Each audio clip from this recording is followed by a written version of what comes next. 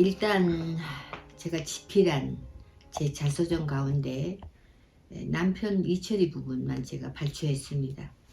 근데 다시 말씀드리지만은 이거는 그냥 제가 쓴 유필로서 전문 작가의 어떤 조언이라든가 또는 그 윤필이라든가 그런 걸 전혀 받지 않은 상태의 글이기 때문에 조금 거칠고 산만할 수 있습니다.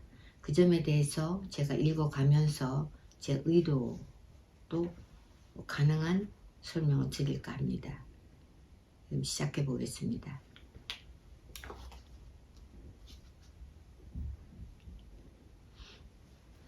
남편 이철희. 사람들은 순간순간 자신의 삶을 선택하면서 산다고들 한다.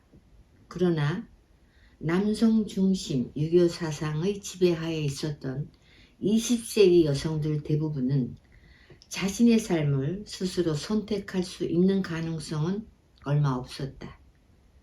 내가 알고 있는 바로도 나의 할머니, 어머니의 삶의 과정도 스스로의 선택이 아닌 선택되어진 여자의 일생을 사셨으니 말이다. 선택이라고 하기에는 모호한 불가에서 말하는 인연이라고 하는 것도 있다. 인연 앞에는 흔히 운명적 만남이라든가 운명적이라는 철학적 용어가 따라 붙긴 해도 객관적인 타인의 시선에서는 장명자는 불행한 생애를 산 사람으로 보여질 수도 있다. 왜 안 그렇겠는가?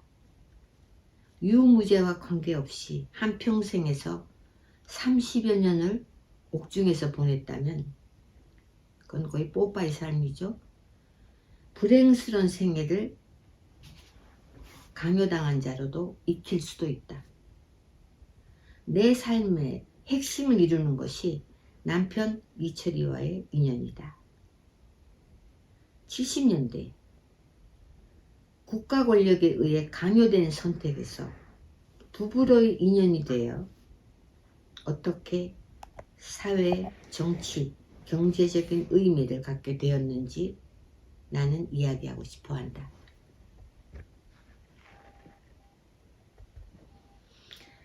일제강점기에 충북 오창에서 유서 깊은 유교학자 가문인 경주 이씨 장남으로 태어난 이철이는 1세기도 안 되는 세월 동안에 나라의 멸망과 식민 지배를 거쳐 현대로 진입한 경험을 했다.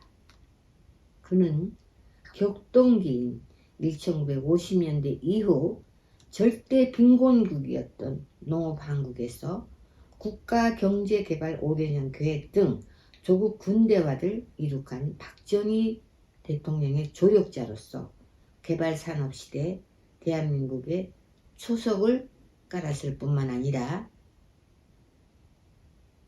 세계가 냉전시대로 서로 간에 총부대를 겨누고 있는 남북 대치 상황에서 1972년 박정희 대통령과 북한의 김일성 간에 극적으로 합의되어 한반도 최초의 남북 공동선언을 하게 된 등의 실무 지휘자로 대한민국 안보의 절대적인 임무를 수행해왔다.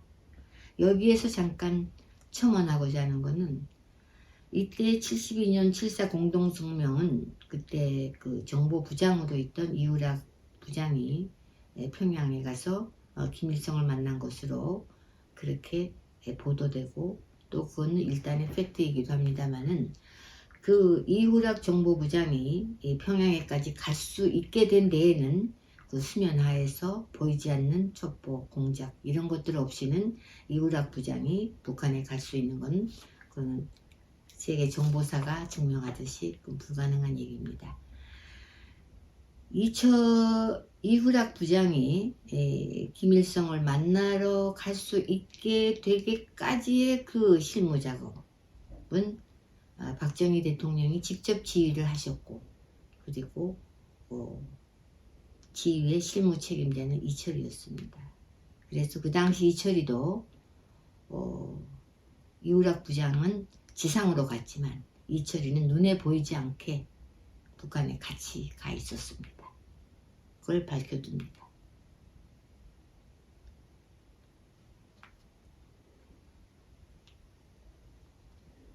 이철이는 북한 대남총국에서 잘 알려진 인물로 그들의 테러 대상 2호였지만 남한 사회에서는 정보부 바뀐 일반 사회에서는 얼굴은 물론이고 그 이름조차 알려진 바가 없었다. 음지에서 조국에 헌신하는 공직자들의 속성은 이름도 얼굴도 알려진 바 없이 자신의 임무를 다하면 사라지는 것이 비단 이철이뿐만 아니라 세계 정보맨들의 숙명이기도 하다. 중앙정보부장이라는 직책과는 달리 이철이는 정보부 내에서 특수임무 정보 전문가를 양성해내고 무엇보다도 국가 안보의 천병인 군번 없는 비공식적인 공작 요원들을 키워내는 마스터였다. 이러한 마스터들은 적들에게 얼굴은 물론 신상 정보도 알려져서는 안 되는 이유가 여기에 있다. 이철이는 최초로 대한민국 첩보부대를 창설했고 전두환이 두 번 역임했던 전두환이 역임했던 보안사령관 사상 2번을 역임한 자타가 공인하는 정보첩보계의 마스터였다. 그를 대장으로 경험한 부하들은 자신들이 그를 증오할 때까지 훈련의 강도를 밀어붙이기 일쑤였고 대장 자신이 견딜 수 있는 극한까지 부하들을 벼랑 끝까지 몰아붙였다는 것이다. 특이한 것은 작전 중일 때는 24시간 언제 어디서든 부하들에게 전화를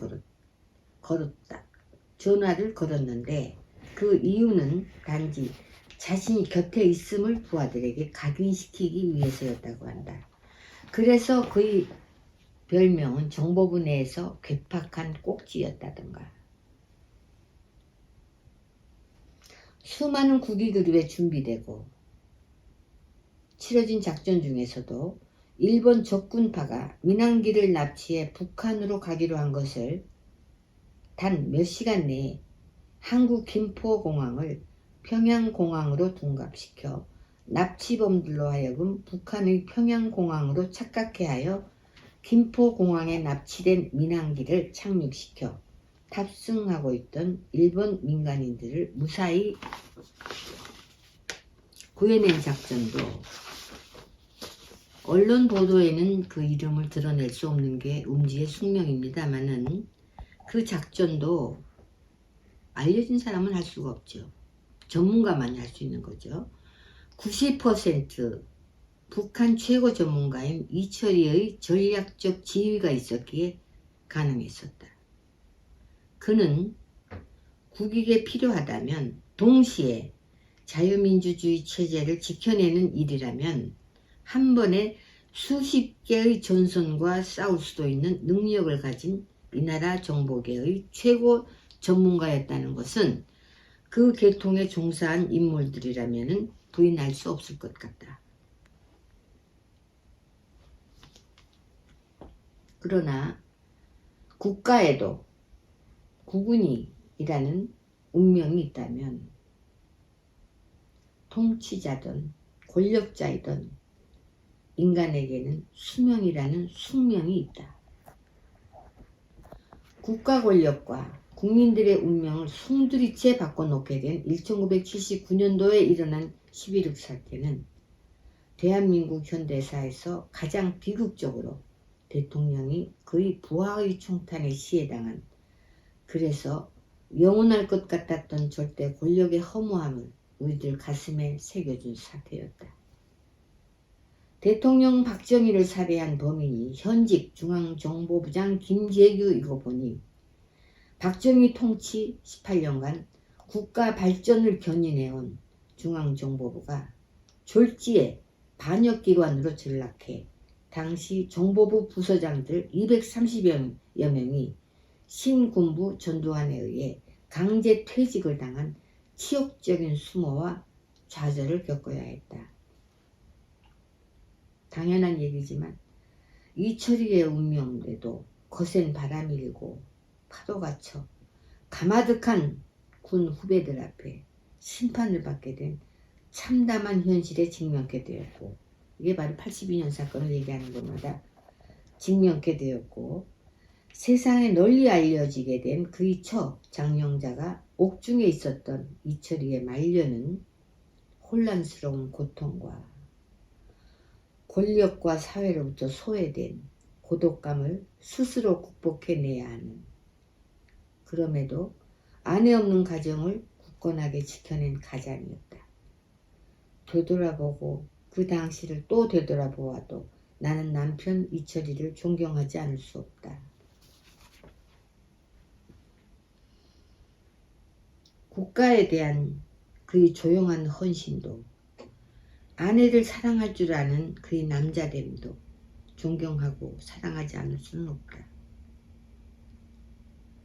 6, 70년 당시 이철이는 앞에서 얘기했다시피 국가 안보 최전선의 지휘자였기에 적들로부터 본인 테러나 가족들이 인질이 될 수도 있어서 중요한 위치에 있는 세계 정보맨들이라면 당연히 그러하듯이 사생활이나 공직생활은 전혀 알려져 있지 않았다. 이러한 메일에 쌓여있는 글을 처음 보게 된 것은 1973년 5월 초순경이었다. 세검정 소재 우리 집 담장 위로 피어나고 있는 들장미는 봄이 깊었음을 의미했고, 푸르른 하늘 아래는 실록이 찬란하기가 그지없는 하루가 시작된 날이었다. 지금이야 회장직이든 명예회장직이든 그 호칭만으로도 수십 년 익숙해진 자연스러운 일이지만, 숙명여자대학교를 졸업하자마자 아이 엄마가 됐고 2살 된 아들과 4살 된 딸을 둔 27세의 여성인 저에게 하늘에서 벼락치듯 어느 날 갑자기 뚝 떨어진 세양에너지 회장직은 바꾸거니, 세양에너지는 당시 1971년도에 아마 그 창업이 된 걸로 서류상 그렇게 기록되어 있습니다만, 이 회사는 1970년대 중동과 관련하여 박정희 대통령의 직속 회사로 방관반민으로, 거의 관이죠. 뭐 민은 거의 없었으니까. 근데 학자들이 뭐 남도구지라든가 뭐 이렇게 경제관료들, 학자들은 이제 민이라고 봐야 되겠죠. 정보부 사람들 외에는 이제 민으로 봤으니까요. 방관반민으로 구성되어 있으며 중앙정보부 지휘와 협조를 받는 회사였습니다. 1972년 주식공개촉진법이 국회를 통과 입법됨에 따라서 1973년도부터 국내 기업들에게 생소했던 기업공개, 즉 상장이라는 얘기죠. 그때 상장된 기업이 별로 없었고 증권 거래소만 있었습니다. 자본시장이 없었던 때죠. 주식공개를 유도하는 업무였다. 동서증권이라든가 여러 증권사들을 이제 전문 증권사들을 이제 밑에 두고 있었던 거죠. 있었다. 당시 주식공개 1호는 신진자동차 김창원 회장이었고 300번째가 미륜건설이었던 것으로, 미륜건설의 그 당시 공화당 사무총장을 했던 김진만 씨 아니었나라고 기억이 됩니다만, 세양에너지는 대통령께서 산업의 동맥인 경부고속도로를 완성하면서 산업의 심장이고 혈맥으로 통하는 자본시장 육성 계획에 따라 만들어진 회사로 오늘날 대한민국의 자본시장에 초석이 된 것으로 알고 있습니다. 그 외 나는 대통령의 별도 지시에 따라 중앙정보부의 첩보 분야에서 드러낼 수 없는 모종의 활약으로 국익에 일조했고, 첩보 외교라는 일반인들에게는 다소 생소한 외교 업무로 안보 외교의 임무를 수행해 왔습니다.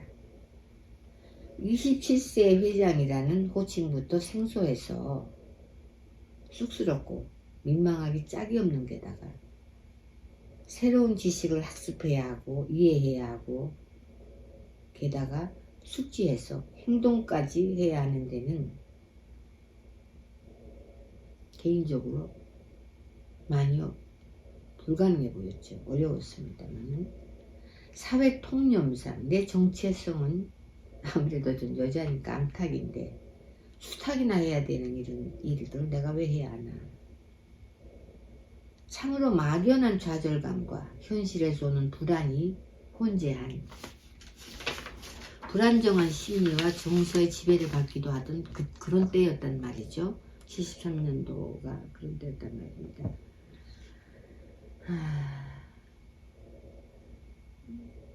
할 수 없습니다 라고 하니까 대통령께서는 암탉도 훈련하면 수탉이 될 수 있다. 그런 비과학적인 농담을 하셨는데 그게 어떻게 위로와 격려가 되었겠는가. 그 당시를 돌아보면 모든 것이 나에게는 맞지 않는 의복을 입고 있는 듯 부자연스럽기 짝이 없었던 스스로의 의함이 아닌 선택이 강요된 험하고 험한 순리가 영리가 되는 순간에 오늘의 내 운명이 시작되었던 것이다. 12.12 사태로 이철이의 운명에 큰 변화가 온 것처럼 27세에 내 인생에도 갑자기 바람이 일고 평화로운 우리 집 매화나무 가지에도 파도가 쳐 올라온 운명의 변화가 이때부터 시작되었다. 이날로부터 7년 후에야 남편이 된 이철이를 처음 보게 된 날이었다. 보안시설과 감시경비가 철저한 중앙정보부 안가에서였다. 안가란 안전보장이 된 가옥으로 국가원수나 정보부 요원들이 외부에 노출되지 않고 필요한 외부인들을 만나는 장소 또는 자기들끼리 만나서 회의하는 장소라는 것은 이제는 알만한 사람은 다 알고 있는데 일제잔재라고 하여 중앙청을 허물어버린 김영삼 대통령은 세계 각국 정보기관 없는 나라는 없고 정보기관 있는 곳에 안가는 다 있기 마련인데 박정희 독재 잔재라고 하여 국가 원수 박정희가 시해당한 궁정동 안가를 없애버렸다. 고대 그리스의 유적들의 21세기에도 남아있기에 세계인들은 그리스의 그 찬란한 문화를 지금도 알고 있듯이 전통을 가진 국가라면 치욕적인 일제시대에 일본인들에 의해 지어진 건물일지라도 후손들에게는 반면교사가 될 수 있는 역사적인 유물의 가치를 없애버린 것은 우리나라의 역사적 자산의 손실이라고 생각된다. 대통령이 시해된 그 장소를 없애버린 것도 전통과 역사의식이 부재한 김영삼 대통령의 만용으로 지금도 나는 매우 안타깝게 생각하고 있다. 중앙정보부 안가라고 하면 그에 걸맞는 기민하고 날카로운 인상이 떠오르는데 어딘가 여성적으로 가냘프고 애처로워 보이기까지 한 20대로 보이는 수수한 분위기의 청년의 안내를 받고 입실한 방 상단 보료에는 흰 와이셔츠 차림의 가부좌 자세의 대통령께서 이리와 앉으라고 손짓을 했다. 평소 미소에 인색하다고 알려진 대통령의 입가에는 보일 듯 말 듯한 희미한 미소가 걸려있는 부드러운 분위기에 머리 꼭대기까지 긴장에 오그라들었던 내 세포들이 조금은 느슨해지는 것 같았다. 그때 조용히 문을 여는 소리에 키가 큰 40대에서 50대 사이에 그 어디라도 가능해 보이는 남자가 들어섰다. 각하, 이분 지체됐습니다. 죄송합니다. 군인의 절도와 공직자로서의 몸에 밴 침착한 음성이었다. 3분보다는 빠르군. 괜찮아.